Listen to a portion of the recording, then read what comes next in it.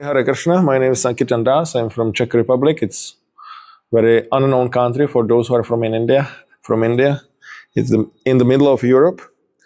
And I joined this glorious movement of ISKCON, International Society for Krishna Consciousness, in the year of 1999, when I was 17. So I was a normal boy from the middle class family. And my grandparents were Christians. My parents were basically atheists with some Christian sentiments. And I grew up without belief in God. I didn't believe in God so much, but I have some emotion, sentimental, how to say, yeah, some attraction to God came time to time from my heart. So when I was about 10, 11 years old, I started to pray some Christian prayer because I had such feeling that I need to pray to God, but I was not raised as a Christian as such. So when I was about 16 years old, with my friends, I became interested in some topics which could help us to have better memory and to develop our intelligence, because we wanted to be good students. So we were searching town library. At that time, there was no internet available for us and no smartphone, nothing. So we were going to library to borrow books and reading different books. And we started to read something about how brain works. And we started to do some exercises to increase our memory. And gradually we came to meditation and yoga, because it became connected to this. And at that time, I remember mentioning to my friend, we were two of us on this journey, and I was mentioning to him, oh, this yoga, this is some stupid fellows, do this yoga and meditation. I'm not going to go into that, but if there is something which I can use for this purpose, then I will use it. And so we started to read gradually different spiritual books from different places and different traditions.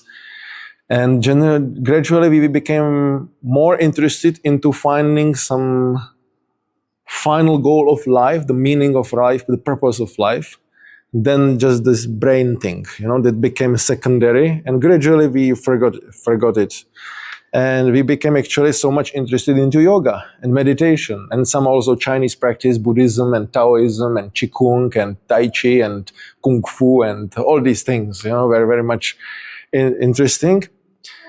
And for 1 year, we have been reading different books and changing our practices, little yoga, then little Tai Chi and this and that.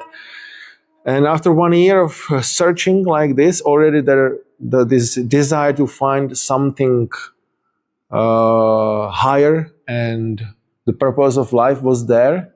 And we were practicing this Chinese Qigong for several months.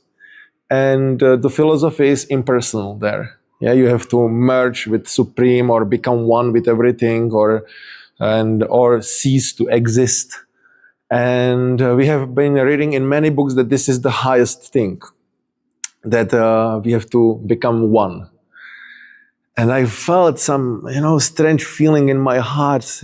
If I become one with everything, and the other people will also become one with everything, then who will be that everything? Will be that me or him? So I had this strange feeling that I will just lose my personality. So it's similar to death. And I didn't like it, but there was nothing higher. There was nothing higher. So I was just thinking, okay, if this is the highest thing, I have to go for this highest thing.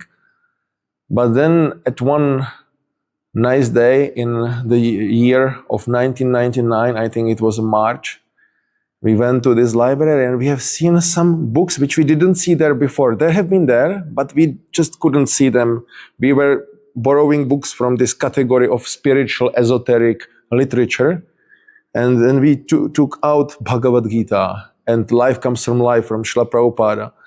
And we could see, oh, wow, what are these books about? we immediately could sense that this is something completely different, and we immediately, just from the cover of the books, we were so much attracted to those books. And at that time, I still was reading.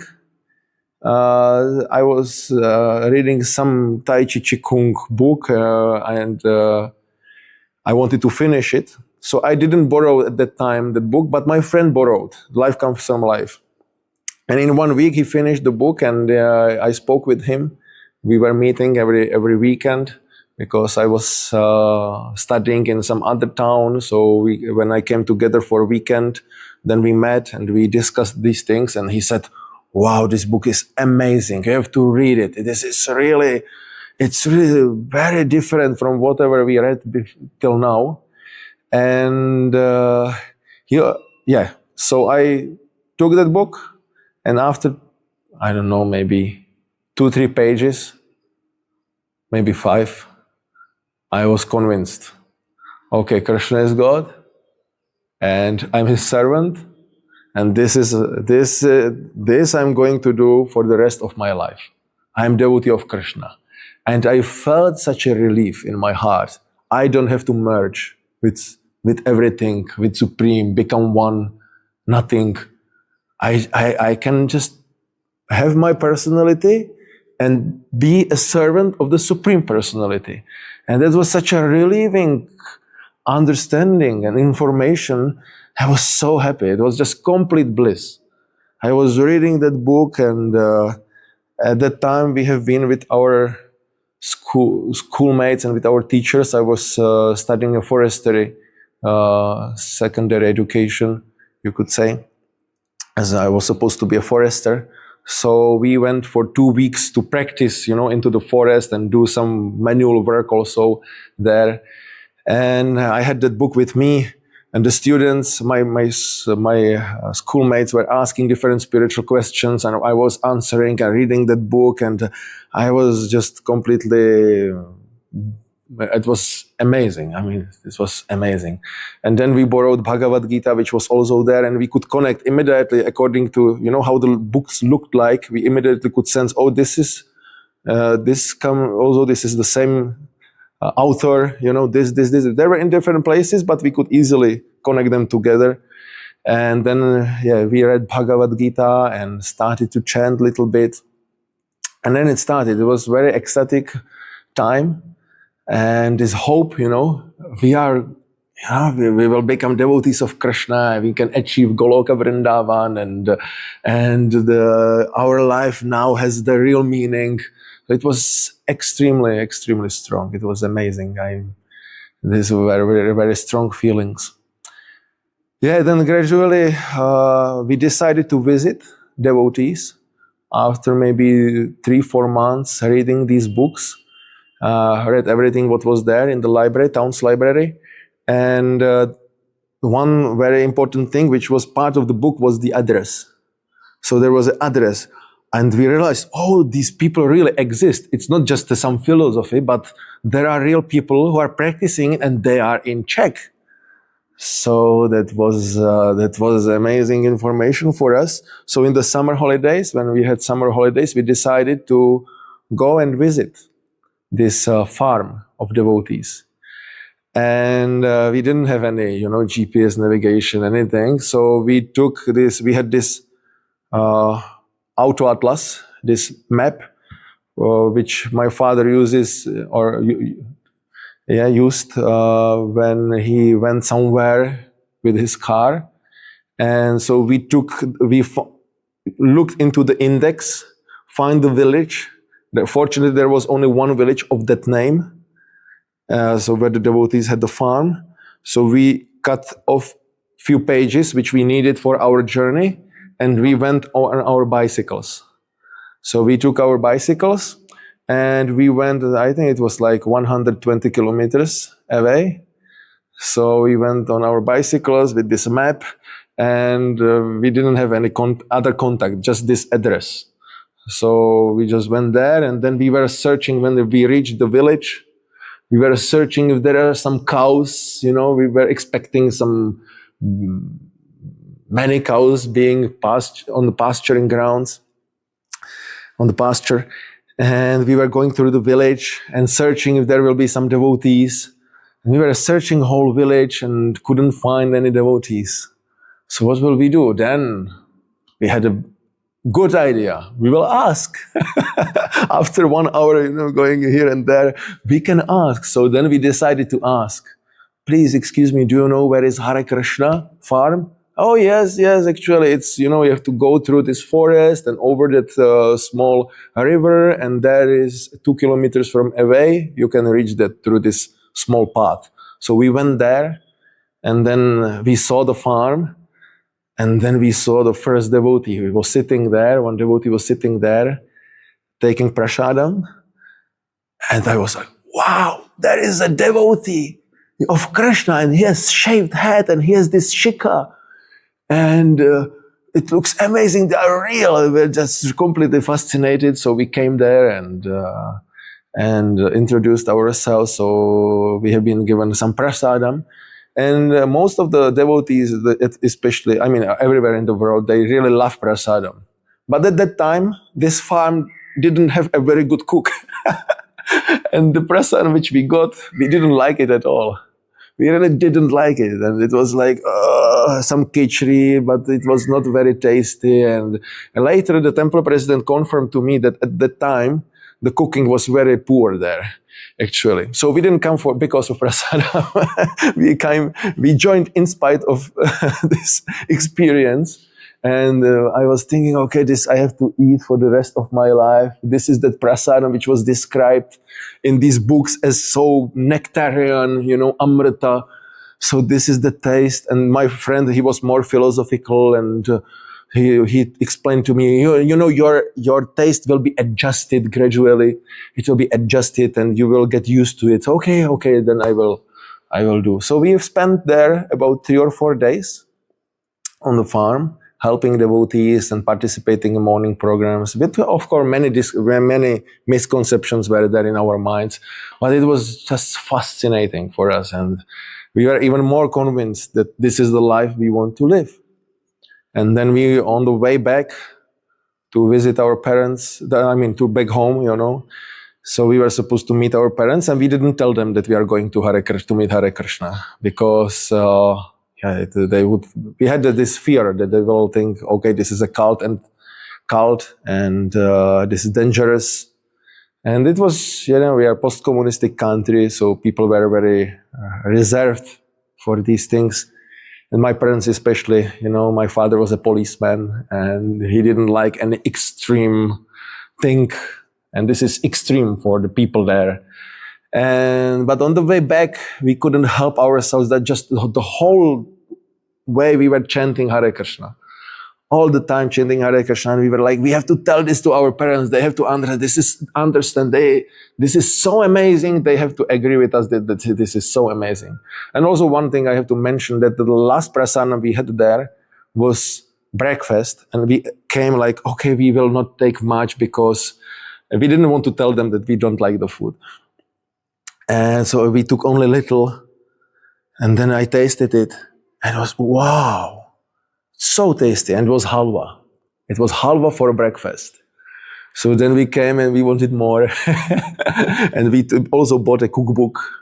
So there was already some good experience with prasadam already in the first visit, and it was so nectarian. And then we came back, and our parents were like, where did we go? So how it was? So then we told the truth. We went to Hare Krishna, and they were completely against it.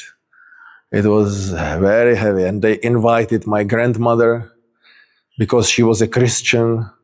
So they realized maybe our son needs some religion, some belief. So let it be at least something local, normal, like Christianity. So my grandmother came, very serious, ready to preach to me. And she said, yeah, you went to Jehovah Witnesses, yes? Yeah, it is Jehovah Witnesses. This is very dangerous. I said, dear grandmother, it's not Jehovah Witnesses. And you have to go with me to church to see the real religion. Okay, I will go with you. So I went with her for one ceremony to be there with her. didn't impress me how to do at all.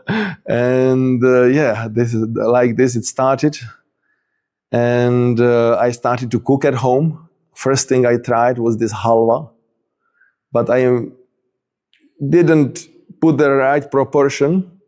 I wanted to make the half quantity, but I didn't make the sugar. I didn't divide the sugar into half. So there was double amount of sugar than it was supposed to be. And also you should roast this semolina, suji, with butter in some pot which has some thick bottom. And we didn't have that kind of pot. Only this simple, very thin pots we had. And also you need to do the caramel, from the sugar.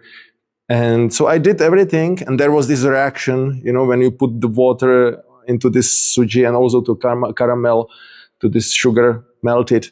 So the reaction was there. Then it really looked like halwa. And I already knew that I need to offer the food. I was not cooking for myself at the time yet, but I tried to offer in a simple way, just Krishna, please accept this and make it a prasadam. That was the system I followed at the time, at the very beginning. So it was so enthusiastic. Oh, this came out right. So I just took it and please Krishna, accept it. Thank you. And dropped in my mouth, and realized, wow, such a taste. And this euphoria, I called my mother and I called my small brother, and they also tasted and they really liked that. So we put full plate, and then we started to eat it with spoon at the time. And then we realized, oh, it's actually extremely sweet. And then we continued, and it's actually extremely bitter, because I burned the semolina and also burned the caramel. So it was a combination of extremely bitter and extremely sweet halwa, and we had to throw it away because it was uneatable actually. Just because of this enthusiasm in the beginning, euphoria, we couldn't understand it was not very good. So, and then there were many stories like this. Gradually, I was studying, so I started to follow rules and regulations, became vegetarian, and so gradually I stopped to eat what my mother cooked, because I told her, my mother, I will cook for myself, and because I am not going to eat food which is cooked by someone who is eating meat and drinking some alcohol and not following, the Krishna consciousness. So this is not offerable to Krishna. I didn't say exactly like that, but I said, I'm not going to eat from you. And then I said, I'm not going to eat a bread from the bakery. And like that, every week I brought something, because I learned from devotees or from books that this we don't eat, or that we don't. And she was, every week it was like, oh, again, something new, what will happen? So it was very difficult for them to manage this. And also what was very difficult for them when I was offering the food. I cooked the food, put it on plate, brought it to my room. I was there with that food for 5-10 minutes. Then I brought it back, put back into the pots. Then I washed the plate, put it aside, took another plate, and then I started to eat. So this is for them like what's going on? Like, this is completely, our son got completely crazy. And at one time I decided, my father was asking, so we have to explain us everything about this, what you are following. We want to hear. And I was telling, no, I don't want to do it. And then finally I agreed. I started to explain, Krishna, the Supreme Personality of Godhead, and Maya, and body, and soul, and reincarnation. I was preaching like that, or explaining, and the effect was also very horrible. My father was almost crying, like, oh, we lost our son. He's completely crazy. He got completely crazy. And it was like, it went till midnight, and they were just, you cannot follow, you cannot continue this. It just, you will kill us, I mean, I have no other option, just, I didn't want to tell you. So, yeah, for them, this philosophy, this is just completely outside of their comprehension. But they, of course, they had some love towards me, so they didn't really want to give me hard troubles, but they were very unhappy.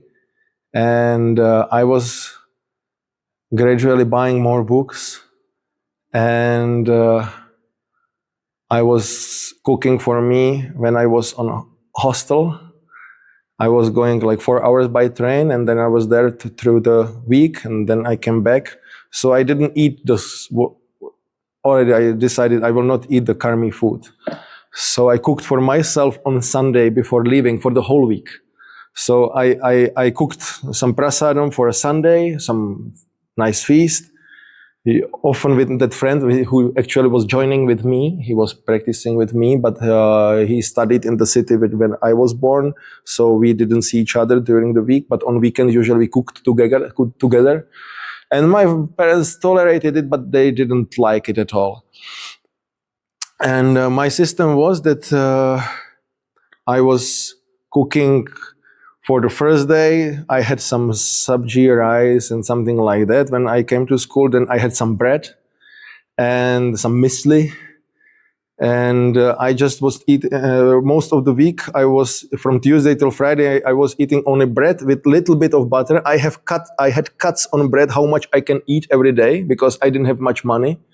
Because their parents didn't give me something extra, and whatever extra I had, I was going for the weekend to the temple, which they didn't know I'm doing that.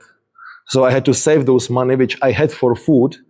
So I had cuts on my bread, just this much I can eat this day, a little butter and water from the tap. That was my diet. And I followed it for quite some months. And I started to visit temple gradually, and first maybe once in 2-3 months, then gradually every second week I was coming. Then gradually the parents found out that I'm going there, and they couldn't stop it anymore. It was once I shaved my head and kept small shika. That was already I was practicing maybe 1.5 years. And I was finishing, it was just before my graduation, maybe 2 months before graduation. And at that time, my teacher called to my parents that I have this haircut. Because for the weekend, I went to our temple, small temple, which was a little closer to where I studied.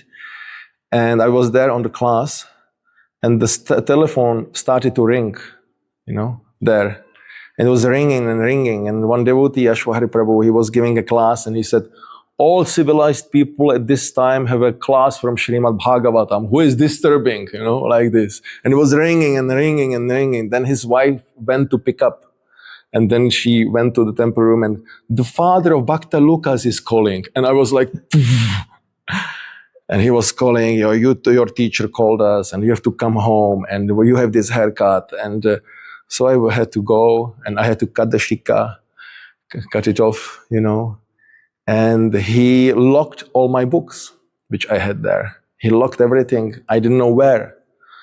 So when he was not there, I was thinking, okay, where it could be. So I searched, or maybe this is locked, so maybe it's here. So where will be the key? Just first place where I looked, the key was there. So I took the key, I opened, took the books out, locked again, put the key back, packed all the books, and moved them to my hostel. And he realized only after 1 or 2 months that the books are not there anymore, that I actually took them. And then I was supposed to, after my graduation, I was preparing to go for Bhakta program to Temple Prague. And my parents already accepted that I will be going there. They didn't like it. One thing they really liked was the food, which I was cooking. My mother said, I have never been able to cook such a good rice as you are cooking according to your Indian cookbooks. She was really like, this rice is amazing. Usually you have this rice in plastic bag in West, you put it in a lot of water, and then you just pour water out, and you have very simple rice. But this you know, when you fry it on butter and put exactly the amount of water which you need, that was not known to them. And also the Indian spices, and they really liked the cooking. So whenever I cooked, gradually they at least came and took prasadam, like that.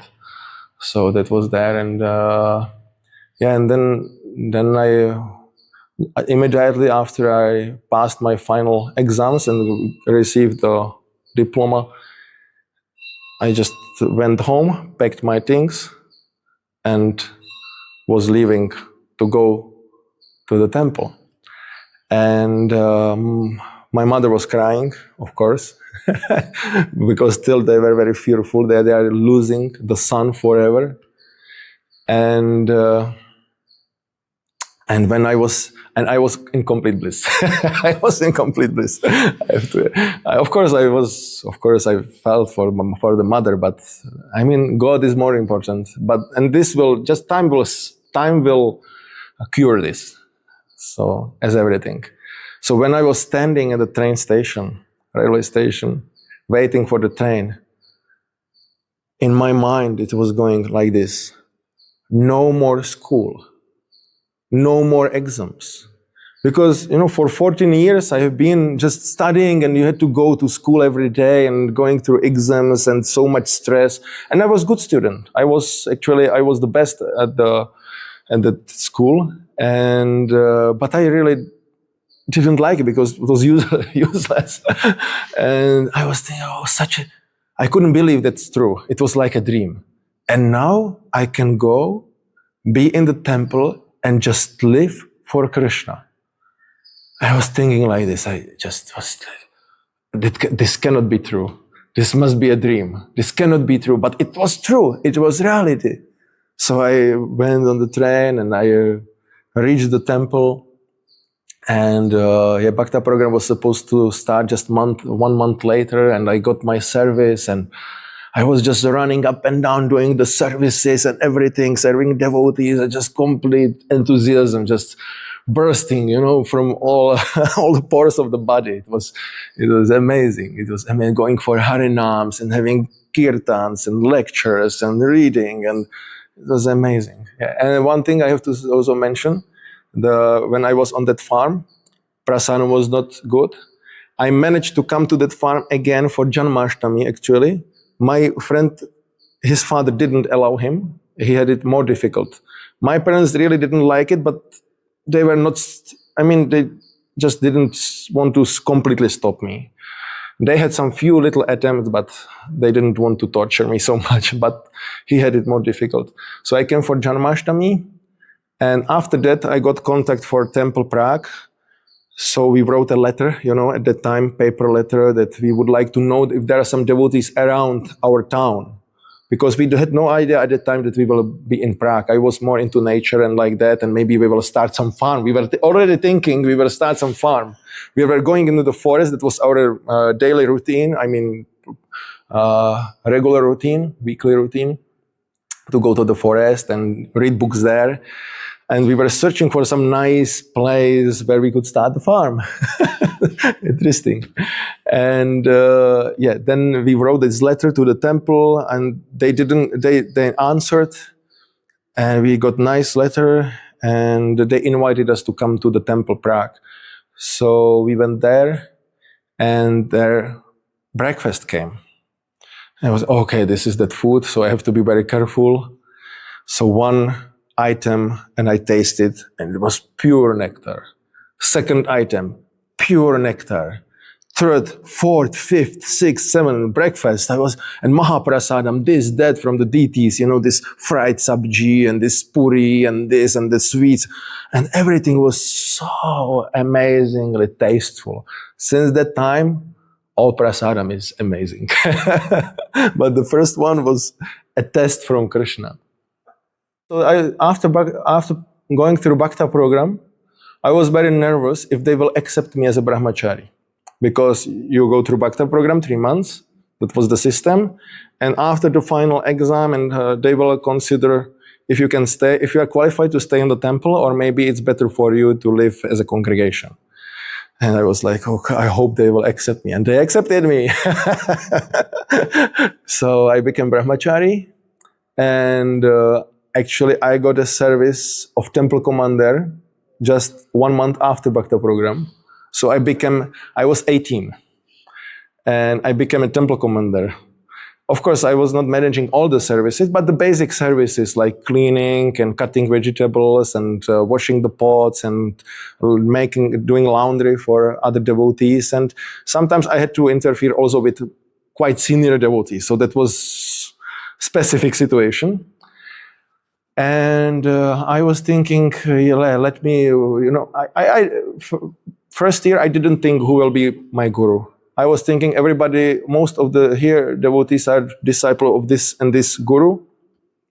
So maybe I will become also the disciple of this person. And but I was not much. I didn't feel that strong relationship there. But I thought I have to have the same guru as others have. But yeah. But at one point, one devotee told us that we can choose. There are more gurus there, so you can choose someone who you like. And at that time, it clicked to me that I actually really like this Brahmachari book. This book about Brahmacharya by Bhakti Vikas Swami. And I was very inspired by reading this Brahmachari book. So I decided I want to become a disciple of Bhakti Vikas Swami. And at that time, there was no disciple of Bhakti Vikas Swami in Czech. He was coming regularly for summer camps. And but I didn't have that idea from the beginning. But after reading this book about Brahmachari life, I was very inspired by his very direct and strict approach. And I asked my temple president that I would like to aspire for Bhakti Vikas Maharaj. So he wrote to Bhakti Vikas Maharaj and he accepted me as his aspiring disciple. And then came a letter from him that if I could join him for a summer camp in Latvia. And because there is no one who speaks English well, so if I could come to accompany him. So I went there as a young bhakta. It was an adventure. I was also smuggling books through the border. So fortunately, everything went nicely. And I was there with him. And then he realized my English is not very good. And he said, maybe I wouldn't invite you if I know that your English is at this level. But I was already there. And then I went with him by train. Back. It was 2 trains through night. So that was also an amazing experience to seeing him, how he wakes up in the morning and then he chants Mangala Arati softly and repeats some prayers and repeating shlokas, and it was amazing. And then we came to Czech, and on the farm where I first visited, the initiation happened, my first initiation. And I became the first disciple of Bhakti Vikas Swami Maharaj in Czech Republic. And there was one Mataji actually, I realized that she was the disciple, but she was not from Czech. She was there for some time and she was from Slovenia, but she was already there. So that's like that. And I was at that time just freshly on book distribution and I was doing horrible. I was always on the last on the list. Last or the second last. I was switching with my friend, Madhukanta. He's now here also. So we were switching the last position when we came back from now traveling every week. But I was fired up to do Sankirtan. And my senior, Sankirtan leaders were there for the initiation. And they were guessing what kind of name I could get, maybe some Lila Shuka or maybe some, something like that. And then Maharaj said, and your name is Sankirtan Das. And it was like, everybody was like, oh, what such a name, such a powerful, because at that time the Sankirtan book distribution was just life and soul of most of the devotees there, of brahmacharis, and the temple was just pulsing with book distribution. And I got that name, and I was the worst book distributor, but I got that name. And it was only about 2 or 2.5 years later when I started to really distribute on a regular basis a lot of books, and could at least, to fulfill the meaning of the name to some extent at least. When I was living as a brahmachari like that, I was gradually also, I got in charge of Bhakta program, then also of brahmachari training. And at the same time, I was distributing books full time. So I was also in charge of some group on book distribution. And I really lived with that. I mean, the book distribution was my main thing. And I was also developing the educational program and doing Bhakti Shastri with devotees and this and that. So it was a very nice time. And in 2009, I was allowed to go for 6 months to India. That was my dream. And our temple president allowed to me this. And he managed that I could go here to Salem for 6 months and study here Bhakti Shastri and participate in preaching. And just before I was going, some senior devotees suggested to me that I could maybe open another center, that maybe I could try that they see that capacity. And also Karmakana Maharaj at that time mentioned to me, you could maybe try to open a center. So I was considering this. And when I was here, I was actually planning to open a new center. So after coming back, so a few months later, I started this preaching center in Brno. Actually, there was some small center already there, but it was not going well. And the National Council asked me not to start a new center, just take care of this and make it function. So we went there to Brno, me and one more devotee, and a little later, one couple also joined us. And we were thinking about the name. And so we were thinking different names, how to call this center. So we didn't want to call it some educational center because we needed to register it. So often the devotees put it like New Raja Mandala or something like that. And the devotees suggested maybe Prabhupada Bhavan is a nice name. And we all liked it. So we put Prabhupada Bhavan, and it is registered. It's ISKCON Brno, but the official name in our registration is Prabhupada Bhavan. And we are the organization under the ISKCON Czech. We are part of that, but the name of our specific preaching center is registered as Prabhupada Bhavan. But it's a normal, regular ISKCON center. And so we started this center. It was, again, very intense times. And everything went so amazingly nicely. Krishna was very merciful to us, and people were joining, and Brahmachari ashram we developed there, and book distribution. We gradually became the #1 book distributors in Czech as a center also, and it was great. It was great. And from the very beginning, we had this idea there should be some farm also, because there will be grihastas, there will be families and children, and they need to live in the village, in the countryside. And Srila Prabhupada wanted every temple to have a farm also. So that was there in the beginning, but we didn't have any money, anything like that. But sometimes we looked, in this advertisement, maybe this land is for sale and that land. So we were checking how much is it, but we didn't have any money. So our idea is maybe some grihastas will buy one house, and then other grihastas will buy another house. And in this way, we can build a little community.